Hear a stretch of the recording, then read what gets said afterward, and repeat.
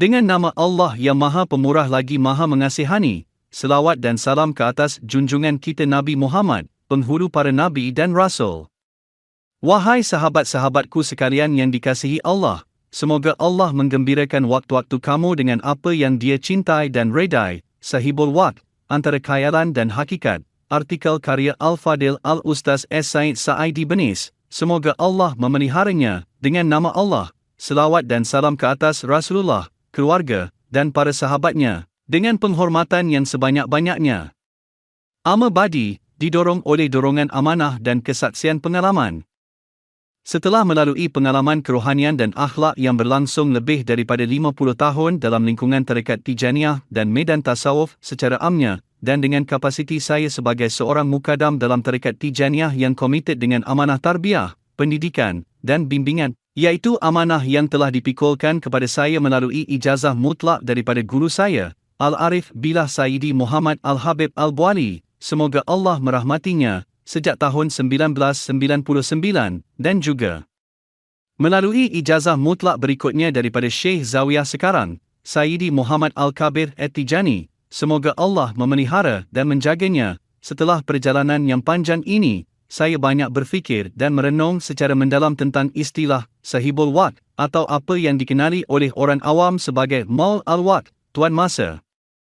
Saya menyaksikan dengan penuh kesedihan bagaimana istilah ini digunakan dan dipraktikan dalam realiti kita dan dalam kalangan tarekat-tarekat lain, serta membandingkannya dengan apa yang saya temui dan baca tentang istilah ini dalam literatur tasawuf sunni yang tulen dan para pengkajinya. Saya mendapati bahawa adalah menjadi kewajipan saya, dari sudut nasihat untuk agama Allah dan menunaikan amanah ilmu dan bimbingan, untuk menerangkan beberapa kebenaran yang terabai mengenai konsep ini. Oleh itu, saya bentangkan di hadapan pembaca dan murid ini pengenalan ringkas, bermula dengan cara menangani dan memperolehi istilah Sahibul Waqt sebagai seorang kutb gaud dalam asal-usul ilmu pengetahuannya, seterusnya kepada diagnosis dan analisis realiti tarekat kontemporari dan apa yang menyerupainya daripada penyelewengan dan penyesatan, dan diakhiri dengan meletakkan jalan keluar dari sudut syarak dan tarbiyah. Pertama, asal-usul konsep dan manifestasi penyelewengan kontemporari. Kita mulakan dengan membezakan antara Ibnu Al-Waqt dan Sahibul Waqt. Ibnu Al-Waqt ialah fakir yang sedang menempuh perjalanan kerohanian, salik, atau orang yang berilmu, arif, yang meningkat naik dalam martabat-martabat. Dia digambarkan sebagai anak kerana dia berada di bawah pengaruh dan ketentuan masa dan keadaan, hal, yang datang kepadanya daripada Allah yang Maha Suci. Keadaan, hal, itu sentiasa berubah-ubah mengikut perubahan tajalli, manifestasi, ilahi.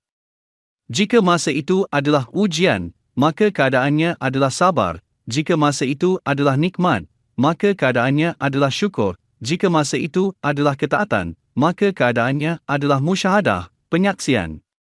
Dia menyerah diri sepenuhnya kepada kehadiran ilahi, bebas daripada kehendak, nafsu, dan egonya sendiri. Dia mencari apa yang Allah kehendaki daripadanya pada masa itu, bukan apa yang dia kehendaki. Ini tidak menghalangnya daripada menjadi Sahibul Waqt jika dia meningkat ke martabat yang lebih tinggi.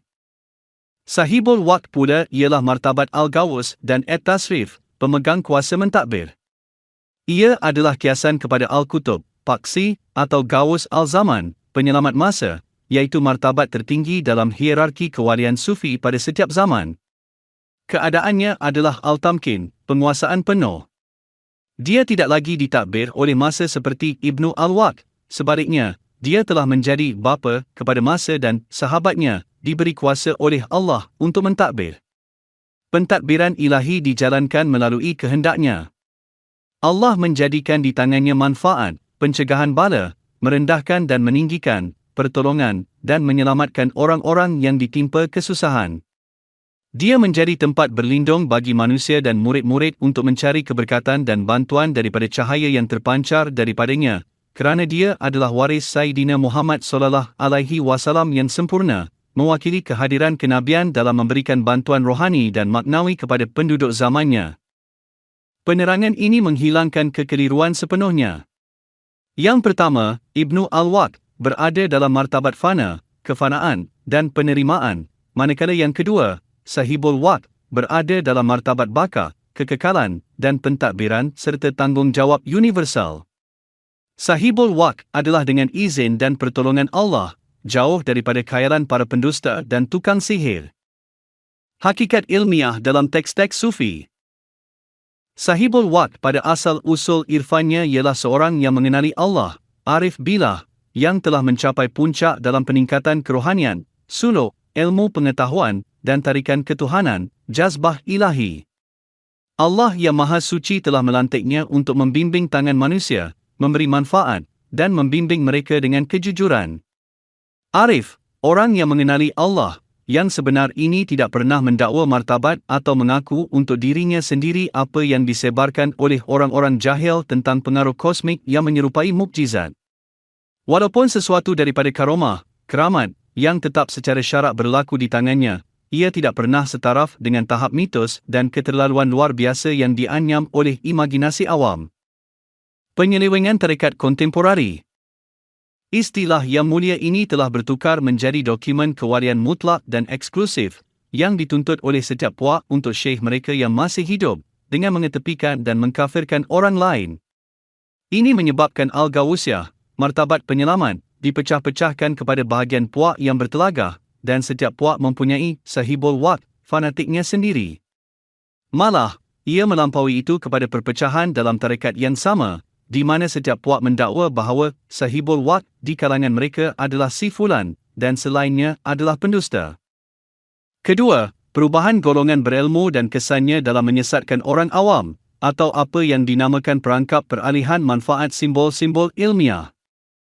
Kejatuhan sebahagian golongan elit yang berwibawa dari sudut ilmiah, yang sepatutnya memiliki akal dan keseimbangan, ke dalam perangkap mempromosikan dakwaan-dakwaan ini bukanlah satu konspirasi, tetapi hasil daripada laluan pemikiran yang kacau. Ramai daripada mereka pada mulanya berada dalam aliran Salafi Wahabi yang tegar, kemudian beralih kepada tasawuf dengan keterlaluan yang melampau berdasarkan semakan semula dalam pemikiran dan pendirian. Namun, bukannya berpegang kepada kesederhanaan dan keseimbangan, mereka mencari kedudukan dan prestij yang cepat dalam bidang tasawuf. Untuk mengukuhkan pemikiran fanatik dan pengikut buta, mereka, tanpa sedar atau dengan tujuan mendapatkan keuntungan, melantik diri mereka sebagai pelayan sahibul waqt mereka, mempromosikan akidah eksklusif yang menyimpulkan bahawa sesiapa yang tidak tunduk secara buta kepada syekh mereka yang dinobatkan sebagai sahibul waqt, telah jatuh ke dalam kemurkaan dan kehinaan ilahi. Ini memberikan pemikiran karut legitimasi ilmiah dan institusi yang berbahaya, yang menyesatkan orang naif dan memperdalam perpecahan. Ketiga, diam yang mencurigakan dan ilusi sunnah khalik, aklam al-haq, sunnah makhluk, pena-pena kebenaran.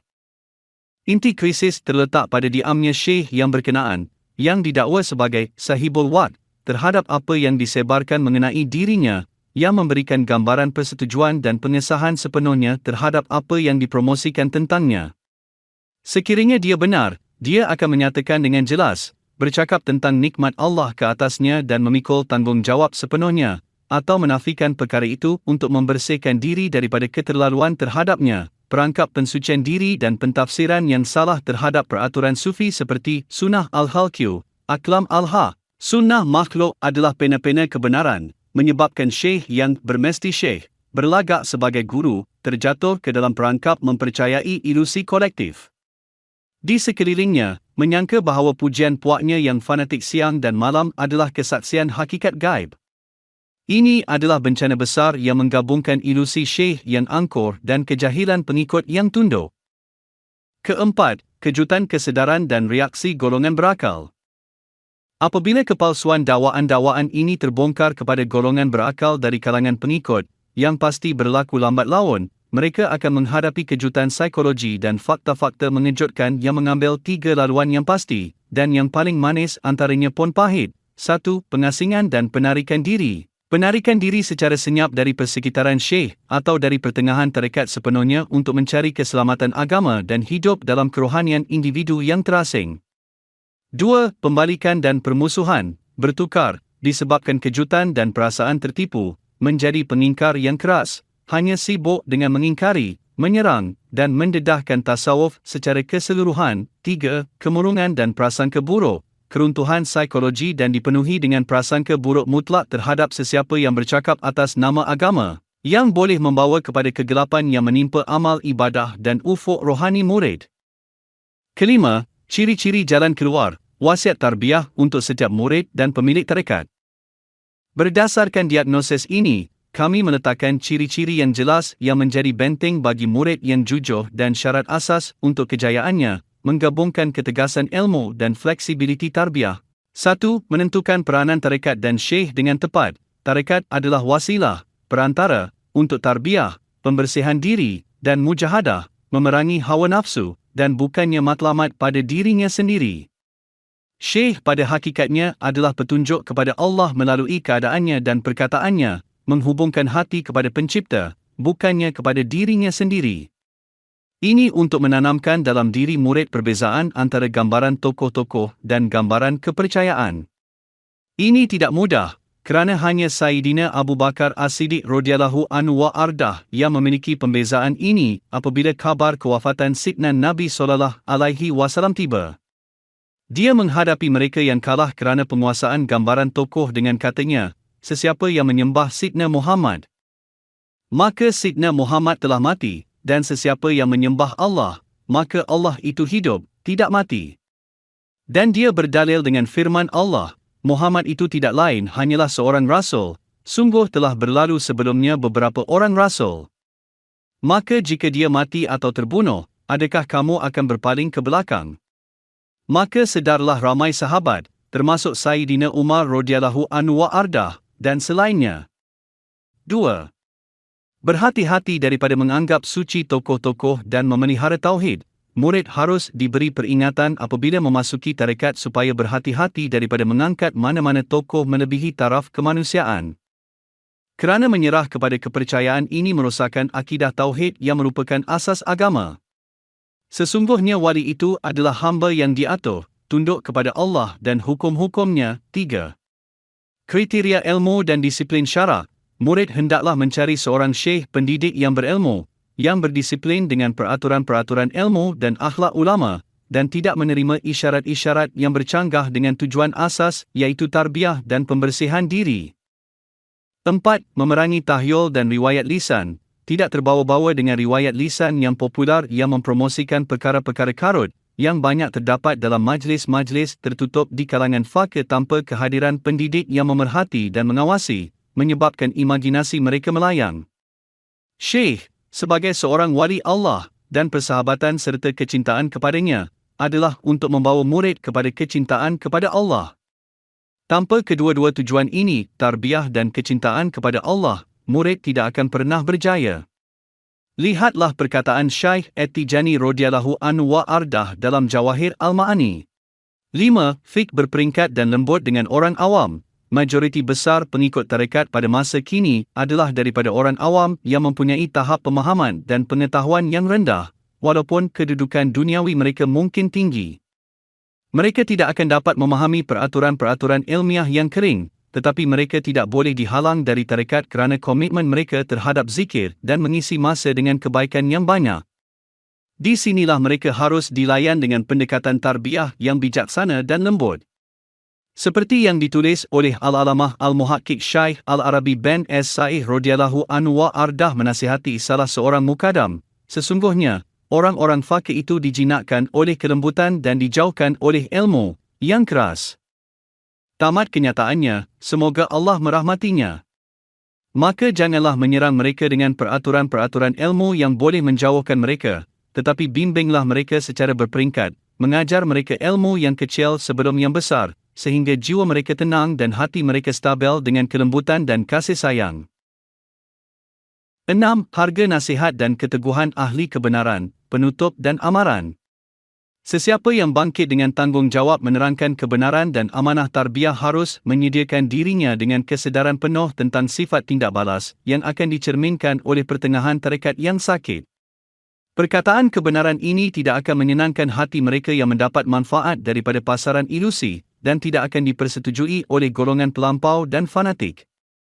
Mereka akan melancarkan pelbagai peperangan ke atas nasihat ini, yang mendedahkan penyakit psikologi dan mental yang paling buruk yang berleluasa dalam ruang kerohanian. Antara manifestasi yang paling ketara ialah tuduhan kurang kasih sayang dan penafian.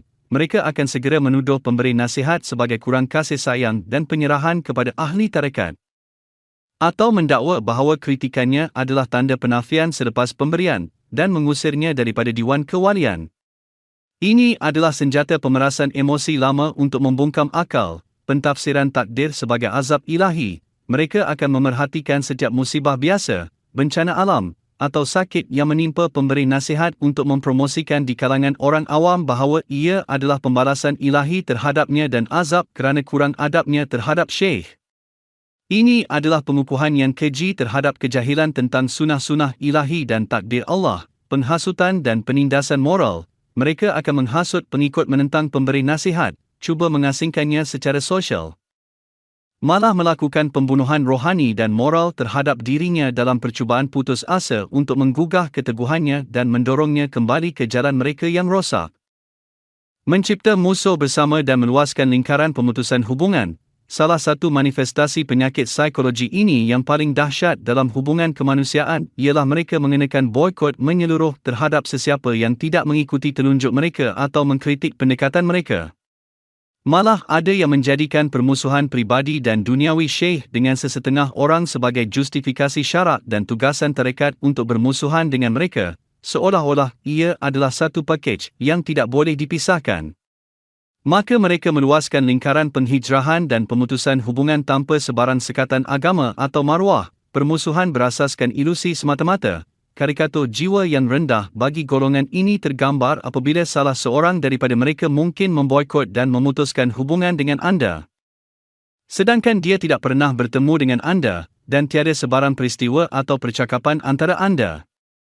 Hanya kerana dia telah diprogramkan dengan pemikiran yang rosak dan menerima kabar angin palsu tentang anda, lalu mempercayainya tanpa verifikasi dan membina pendirian bermusuhan yang tegas. Malah, kejahilan dan kepalsuan psikologinya mungkin sampai ke tahap dia memohon perlindungan Allah dengan kuat apabila melihat anda dalam amalan yang sakit yang menjungkir balikkan neraca akhlak dan menjadikan ketawaan sebagai topeng untuk kebencian bersama. Wasiat keteguhan, perilaku agresif dan bermusuhan ini hampir pasti membuktikan bahawa tarbiyah akhlak tidak memberi kesan yang ketara dalam membentuk jiwa pengikut-pengikut ini dan tidak menyentuh akhlak atau pendirian mereka. Oleh itu, setiap penasihat dan pendidik yang jujur wajib menyedari rancangan-rancangan ini, menjangkakannya lebih awal, dan mempersenjatai diri dengan kesabaran dan keyakinan. Dia tidak boleh kalah atau berundur di hadapan tekanan yang keji ini. Kerana amanah menuntut agar akidah dipelihara, kesucian tauhid dilindungi, dan hakikat-hakikat tarekat diterangkan, walaupun ia tidak menyenangkan hidung golongan pelampau dan pendakwa, dan janji adalah janji, maka bersabarlah sebagaimana sabarnya para rasul yang mempunyai keazaman yang tinggi. Dan dalam perkara ini cukuplah sekadar ini, dan selawat dan salam ke atas junjungan kita Sayyidina Muhammad sallallahu alaihi wasallam, Al-Fatih Al-Khatam, pembuka dan penutup, dan ke atas keluarga serta para sahabatnya, dengan penghormatan yang sebanyak-banyaknya, hamba Allah yang lemah, Al-Ustaz Sa'idi Benis.